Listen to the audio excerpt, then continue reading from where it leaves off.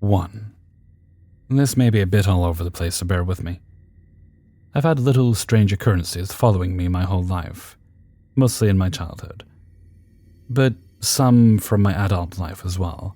My sister was also present or involved with most of them. My nan had a few encounters with spirits as well from a young age, and she could supposedly cast charms, so maybe I got it from her. I grew up across the country from her, and she developed Alzheimer's and later died when I was in high school, so I never really got the chance to ask her personally about any of her experiences. Some of the earlier things I remember is having always been weird about dolls, oddly fascinated by them while also being afraid of them. I had a porcelain doll of my own which sat on a stand on the night table beside my bed. She always faced forward.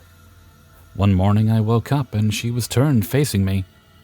I'm a very light sleeper, the type to wake if someone even opens my bedroom door, so I don't think a family member was messing with me.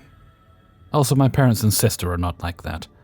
I was around age 12 and very much awake at the time. I didn't dream that she was suddenly facing me. She had moved or been moved. I've had instances of sleep talking, but to my knowledge, I don't sleepwalk or move things in my sleep.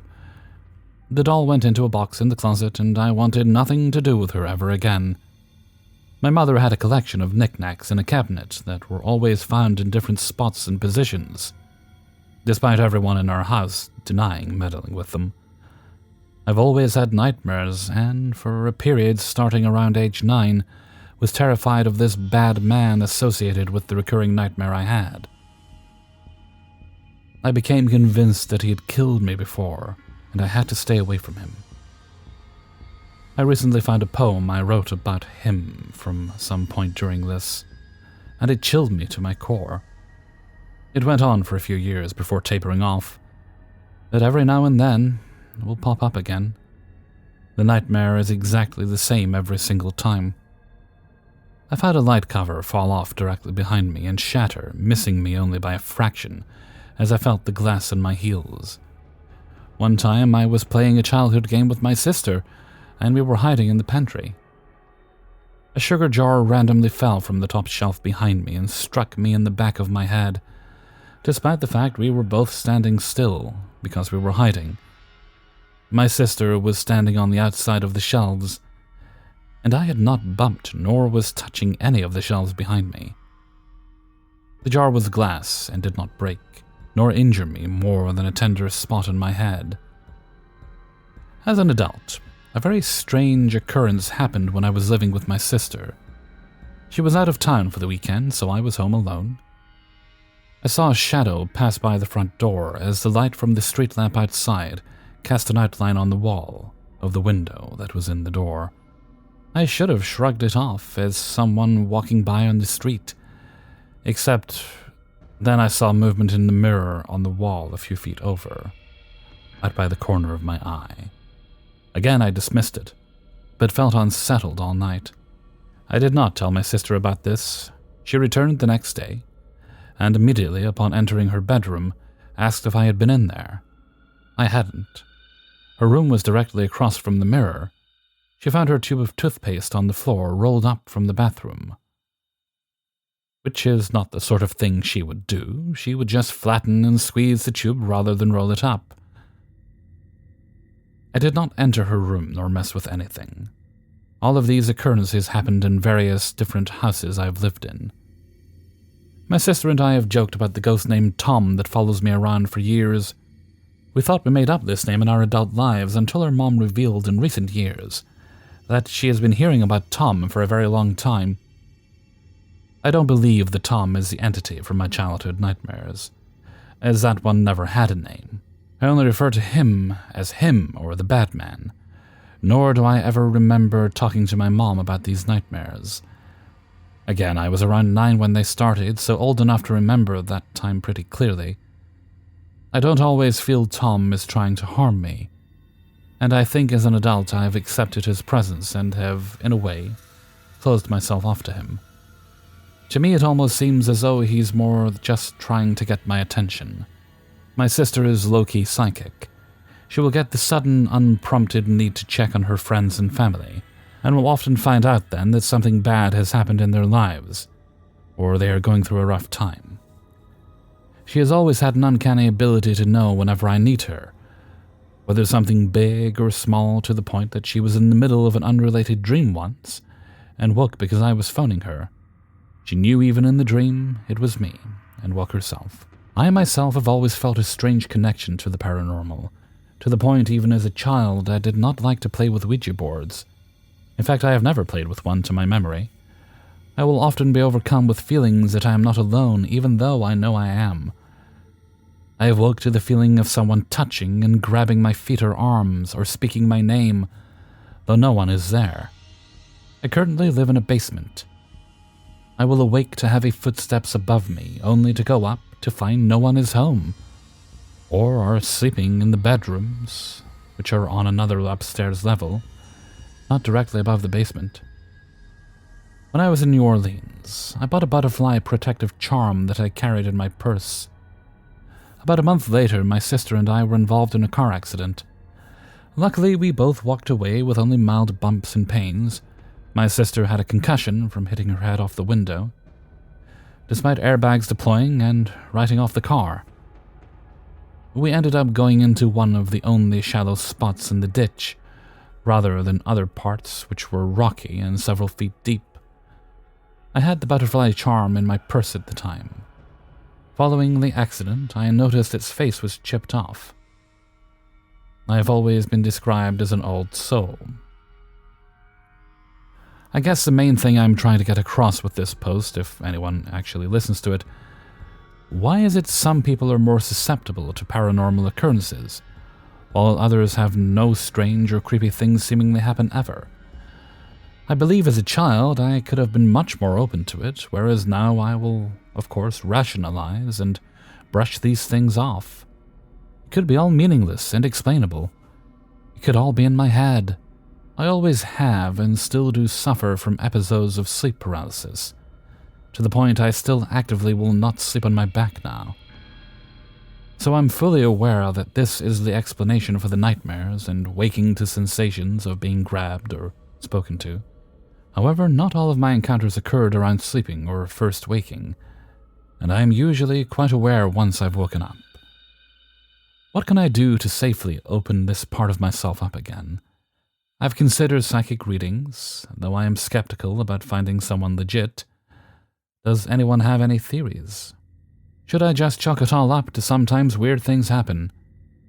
Has anyone had or have similar occurrences to mine? None of this may even seem that remarkable, but not every encounter is paranormal activity, or the conjuring. My experience has been much more subtle, and I often wonder if or how I could be more open to it again. I am not looking to disturb or entice any dark entities. I just wonder if someone might be trying to communicate with me, or even guide me. Somehow I have always managed to find my way back when I am so incredibly lost while traveling or hiking. And I get lost very easily as I'm an airhead with absolutely no sense of direction, to the point I walk into a store and forget why I entered, lose my car in the parking lot regularly, and can't even seem to follow Google Maps sometimes. I explored the woods a lot as a child and always managed to get back, even being gone for hours and lost to the point of feeling scared. If Tom has been with me since my childhood, I feel if he were malicious, my encounters would have been more severe, but I am also not sure if Tom is the only entity I have encountered. Can the paranormal be attached to a person, rather than, say, a haunted house or object? Are there some families who are more sensitive to the spiritual and paranormal, i.e. myself and my sister or Nan? 2. Hi all. There recently was a thread, "What made you believe in ghosts?" I will start with the main context many have probably said before, but I was an extremely skeptical individual. I believe that the majority of events that occur can be explained by logical explanations. That was until both myself and my wife had our experiences with several unexplainable events. I want to context that these events have changed both my wife and myself's views on many things, including paranormal. Events took place around 6 years ago. Wife and I were staying at my father's house after he passed away. Everyone in the family spoke about the house being haunted as long as I can remember. Personally, I never had anything weird happen prior to this, and overall just chalked it up to that side of the family being overzealous storytellers. We were at the house for around a week to help clean it out, as it was around 6 hours away from where we lived. There were several weird events leading to the final evening that changed myself and my wife forever. To give better context, the house itself was a postage-stamp-style Victorian house, with 2 floors and a semi-finished apartment-style attic. First event. I was going up to the attic to work on cleaning out some stuff my father had up there. He was an avid collector of NASCAR diecast and other collectibles, and things were everywhere.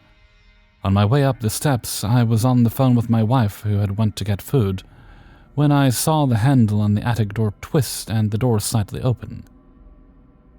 This area we were in was not necessarily dangerous, but was far from nice. I instantly thought someone had broke in and immediately ran up to investigate. I searched everywhere and could not find anyone. In retrospect, it was idiotic to go up there alone, as if someone was up there, I was not prepared to handle it. Grief makes emotions just dull, including fear. Second event. Wife, myself, and a childhood friend were in the same attic cleaning out items. In the attic there was a thick old shag carpet that had been there from the 70s. Since it was a semi-finished attic, one room was for storage, and it was where my buddy was working. I look at my wife, who literally just points at the door. We both watched the door for that room close slowly on my buddy. There was zero reasoning or explanation, as we both saw it, and the door itself took a large amount of force to actually close. Obviously, my buddy was pretty unhappy, and we both just said sorry, forgot you were in there, to avoid him thinking both of us were losing our minds or scare him. Last event. The last night we ever stayed there, we slept on the 2nd floor in the master bedroom. The bedroom itself was positioned so the headrest of the bed's wall was aligned with a set of stairs coming up. The wall and set of stairs were about 3 to 15 feet difference in height, depending on the location. An important piece to what ended up happening. Throughout the night, my wife kept waking me up to say someone was walking around on the platform landing outside. I looked up and did see what looked like a shadow under the doorframe, so I immediately opened the door and braced for what I assumed was an intruder. Again, nothing was there, even after searching the house extensively. Later that night, I'm awoken to sounds of scratching in the wall behind my head. My wife is awake already and looking at me oddly and terrified as she hears it too. I assume it is a rat or some type of animal. While weird, it was directly behind me. Would not be so far-fetched, possibly, as the house did have critters in it.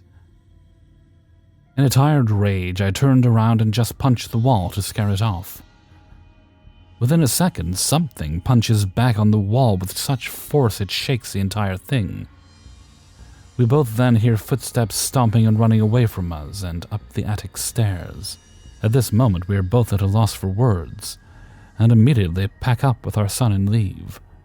We call the police and just assume it has to be someone who broke in until the next day when we started to think about it. The area where the scratching was occurring was above the steps.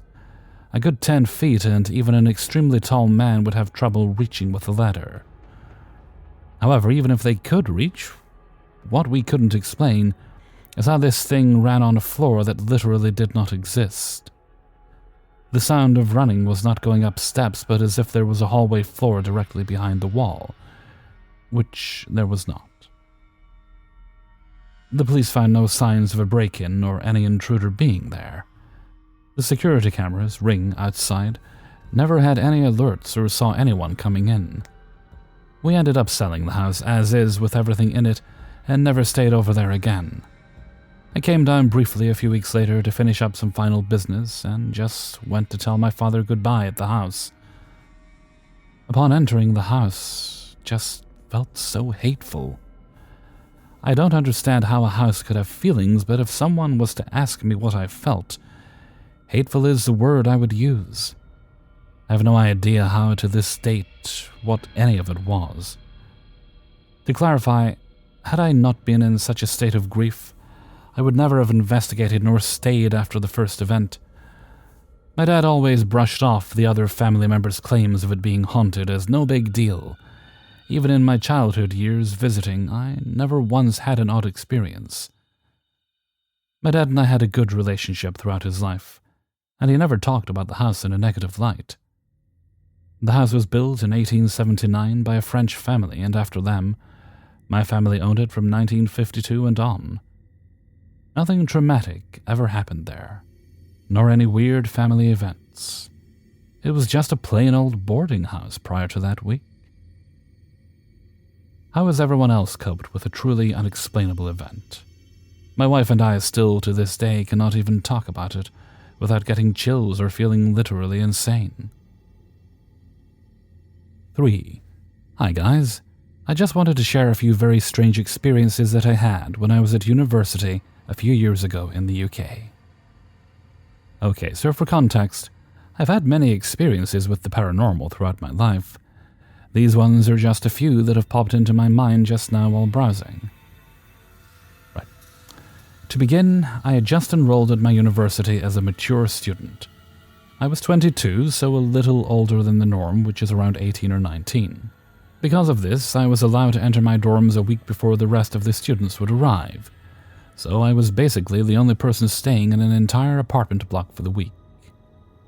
7 floors and probably over 100 rooms. I lived on the 7th floor. Day 1. Okay. So I was part of a Head Start program for mature students getting back into education. On my first day, I went to the icebreakers and got to meet my fellow mature students. Quite a good time, I must admit.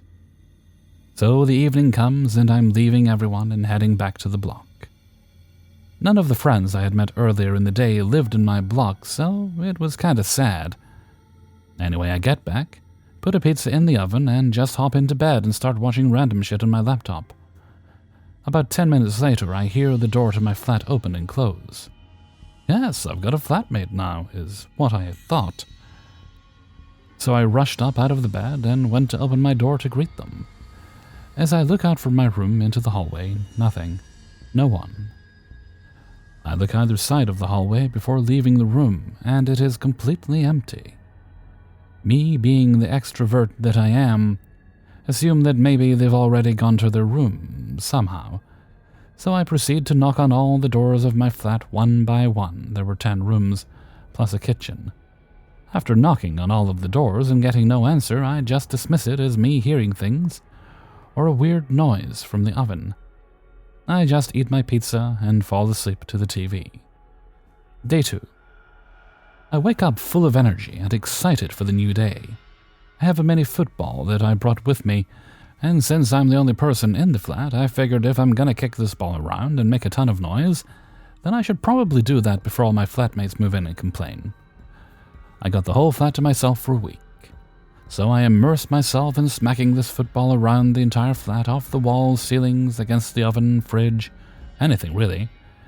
Plus, it was small, so it wouldn't cause any damage. After I'm done with that, I go to my introduction sessions and make a few friends there. One of them is called George. We're all getting along and having a good time, and then the evening comes and I have to head back. This time I just head to my room and drop my bag and head into the kitchen. I make dinner and chill for a bit, then I head back into my room and watch some TV. It's starting to get late, like 3 or 4 a.m. I'm a night owl, and I start to hear groaning in the hallway outside my room. It sounds like someone who's had too much to drink and is stumbling to the room. I open the door. Again, nothing, no one. That's weird. I'm sure I heard someone. I get back into bed and maybe 5 minutes pass when I can hear what distinctly sounds like nails scratching on the outside of my door. Okay, I defo have a flatmate. They're probably drunk as fuck and I'm gonna go help them out. I rush to the door again. Same thing. No one is there. I knock on all the doors again and no answer. This happens a few times that night and I eventually get tired and fall asleep. Day 3, not much happened on the third day, but I did notice something that was strange. The football I was kicking around the flat would always end up under my bed in the far corner, no matter where I left it the night before. I had only been there for 2 nights at this point, so I just thought maybe the floor was uneven. I later found out it wasn't. Day 4. Okay, same usual routine of going to my sessions and then heading back. This time I'm up late again and get a bit hungry. I open my door, which is right next to the kitchen, and as I'm about to enter and turn the light on, I hear, "Hey." Clear as day. It was such a vivid sound that I even pictured George's face in my head as I turned around because it sounded like him. I thought a new flatmate had come to greet me. Again, when I do turn, there's nobody there. The hallway is empty, yet I specifically heard someone call out to me. Strange. I end up going to the fridge, grabbing a snack, then heading back to bed and falling asleep. Day 5. After all this strange goings-on in the past 4 days, I reckon to myself that I have a flatmate, and I just haven't met them yet. So when I get up, I knock on all the doors again, but still no answer. I go about my day same as before. I stayed out late this night as there was a little party and social gathering on campus. As I'm coming home now, I open the door to my block with my key card and walk over to the elevator. I normally press 7th floor, and when it arrives, there's a pleasant female voice that says, 7th floor, or whatever floor you're on. So, as usual, I press 7. The elevator has mirrors on every wall, so I'm just staring at my reflection blankly while it goes up. Then, as it gets to my floor, instead of the female voice coming out of the lift, it was a male voice. What it said, I don't remember. What I do remember is I'm looking at my reflection, my eyes bulged open. Like, what the fuck was that?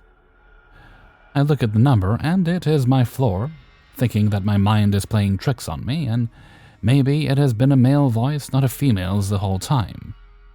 I press 6 to go down a floor. When I arrive, just like always, the female voice comes out of the speaker announcing 6th floor, in the same pleasant tone. Maybe it's a male voice for the 7th? I don't know. I go back up to my floor, and this time it's back to the female voice. Weird. Anyway, I just head back and unwind until I fall asleep. Day 6. Probably the least eventful day. Not much out of the ordinary happened, other than the football always ending up under my bed. So it was kinda a nice change, to be honest.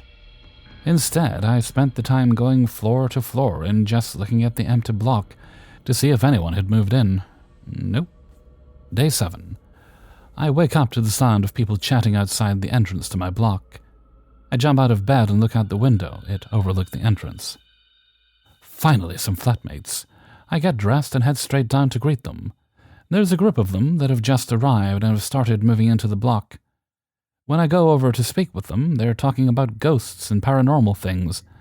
Then I ask them, "Why did you bring up this topic?" And then one of them tells me, "Our campus is haunted. This is the most haunted campus in the UK." And that someone has killed themselves in the block that I had just been staying alone in for a week, a few years prior. He had lived on the 6th floor and had been having a hard time and ended up jumping from his room window. I was a bit startled and thought they were lying, but then one of them shows me an online article about it. Holy fuck, all that shit was happening while I was there by myself the whole week. Then I proceeded to tell them about what had been happening and how I didn't know that the block or campus itself was haunted. Needless to say, it spooked the fuck out of them. But hey, at least I've got other people living in the block now too, eh?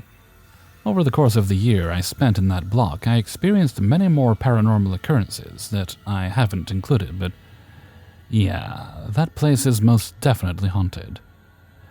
There was always a strange feeling. Funnily enough, it's right opposite a cemetery, and I often wondered if there was some sort of connection. And like I've said before, during the time these events had taken place, I was very comfortable with paranormal experiences, so I didn't really shit myself, but it always is a little creepy. 4. Okay, so me and my friend have witnessed these entities twice as of now. They're always black or gray, and they only appear in an ominous part of our nearby forest. They also vary in shape and height. The smallest ones have been the size of a dog, and the biggest have been as tall as a tree. They don't have any features apart from their form and outlines. They haven't been aggressive any time we've witnessed them. Or should I say, they have witnessed us. I say this because almost every time we see them, they are somewhere observing or following us. They are always about 100 to 20 meters from us or 60 to 300 feet away. They don't make sounds like normal animals do. Their sounds are different frequencies, or at times womanly screaming. The only thing is common that their sounds are high-pitched. Also, one of them, Mr. Longlegs, I'll explain this in a moment, has produced a robotic sound. They only appear in that one area of the forest. It is very different from the surrounding area because the trees are much taller and it's darker there. Also, it feels like you shouldn't be there. The surrounding forest is also very flat, but this place has height differences and little streams of water. Light makes them disappear. They cannot come during the day, and only when it starts to dim they start to appear. Also, the darker it is, the further they can wander from the area. When they are in the light of a flashlight, they disappear, and they can't come to a lit country road near the place. Okay, so I'll spare you from the stories, of which there are 2, of how we have seen them, but I'll tell you all the entities or entity. We don't know if it's only one or more, because we've only seen one at a time. So here they are. The first one we saw, what we call the stump dog. It looks like a wide dog that's black. It can stand up higher if it wants. It's about 2 meters or 6 feet in height, and it doesn't resemble a dog that much anymore.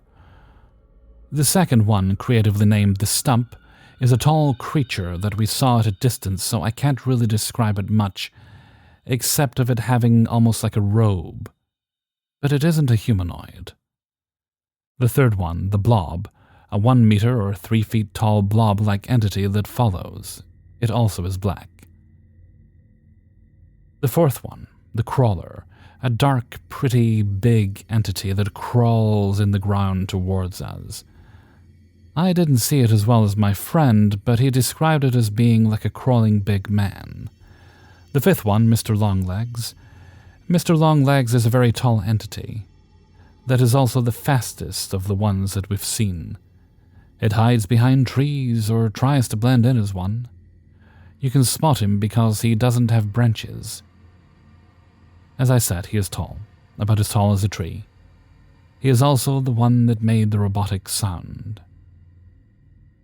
I've classed them into 2 types, the observers and the followers. Please tell me what the hell these things are. 5. My toddler, a 2-year-old, sleeps in his own room on the other side of the house in his crib. On 2 occasions now we have heard him talking to someone through the baby monitor we keep in his room. The first time was back around August. We heard him talking and figured it was just him talking to himself as toddlers do. We paid it no attention and were falling asleep until we heard a clear and distinct, "Hey." The voice sounded like a grown man, but youthful and cheery. Me and my girlfriend both heard it and sat up at the same time. I grabbed my pistol and immediately headed to his room to inspect. No one was there. I checked the surrounding rooms to find the same. My toddler was wide awake and seemed fine and happy. We were trying to come up with a solution to what we heard. We thought maybe it was one of his toys, yet there are none in reach or motion activated. Lord knows he has plenty of those that talk. None of them have a voice that just says, "Hey," though. Not with that voice we heard, or without playing music and or talking more than just that. We searched the web, as people do, and thought maybe the monitor was picking up a radio signal from a nearby station, or possibly an emergency police or fire scanner. That still would be a possibility, but it seemed too clear, and just the one word with nothing else and not even a touch of static or interference. Who knows? We forgot mostly about it in the following weeks. Tonight, just less than an hour ago, my girlfriend and I were laying down for bed. I got up to use the bathroom, moments later when our toddler started calling for Dada over the monitor. I mostly just smiled and continued to the bathroom until he said, "Can you hear me?" in a kind of confused, questioning tone. The kind he uses when he's repeating something you've said to him for the first time. That made me pause. He's never said those words or even heard that phrase to my knowledge. My girlfriend turned up the volume on the monitor, confused too. I was standing at the bathroom door and she was laying on the bed holding the baby monitor to her ear and began saying she could hear whispering. Whispering while our toddler was calling for Dada. Again, I grabbed my pistol and inspected, girlfriend following closely behind. Again, same story. No one in his room or anywhere else in the house. He seemed fine and happy, standing in his crib. We asked him who he was talking to several times, and no real answer other than him giggling and saying, "Hey mama, hey dada." I went to the bathroom as I was going to before. While in there, I heard our toddler say Tony to my girlfriend. She said he put his finger to his lips like he was telling her to shush when he said it. He's never done that before. Tony was his great-uncle who died years before his birth and before me and my girlfriend got together. His house used to be right beside where our current one is. I say our house, but we live in a trailer which is only 2 years old and have moved here 2 years ago. We don't talk about Tony. I wouldn't have much to say, being as how I've never met him. He passed away in the hospital, but I've heard the stories of spirits sticking to the land or house they lived in. Also, the stories of children seeing people who have passed away. Has anyone else experienced this sort of thing with their children? And is it something I should be concerned about? Hey everybody, Hellfreezer here, and thank you very much for listening to Paranormal Stories, episode 305. And thank you very much to everybody who allowed me to use their stories in this video. If you haven't done so already, please be kind enough to press the like button. It helps me more than I can describe. Actually, that's not true. It's a lot. Okie dokie, let's see. This is Friday. Okay. Oh no, paranormal video. What day could it possibly go up? Right, it's Friday. Okay, okay. Let's see. Let's move. I don't think of any. I think we're all good on shoutouts for the moment. I'm fairly sure there's one on the 10th, but that is not till Saturday. Okay. Let's move right along to Hellfreezer's question of the day. And today's question is there a fan film of a well-known franchise, because, you know, fan films happen sometimes, that you truly enjoy? I can name one off the top of my head. There are more, but I can name one off the top of my head. And that is Never Hike Alone, which is a Friday the 13th fan film. Now, I won't say anything about it. You can watch it here on YouTube for free. The people that made it, they put it up here, which is very nice of them. There is a sequel, which I haven't seen yet, but it's very true to the feel of the films, but also in a more modern setting, with a more kind of modern type of character. Not Jason. Jason's very much classic Jason in this. So, which have you enjoyed that you've seen over the years? Because, well, they've been around for a while. I remember many years ago watching Batman Dead End. That was a very well done, well, technically a fan film, in big old quotes, because I do believe the people that made that one were in the industry, just not necessarily in those roles in their day-to-day work. But it was very well done as well. So please do let me know what some of your favorites are, and leave them in a comment below. Okay, with that, I'm going to head off for now. So until next time, thank you very much for listening, and take very good care of yourselves.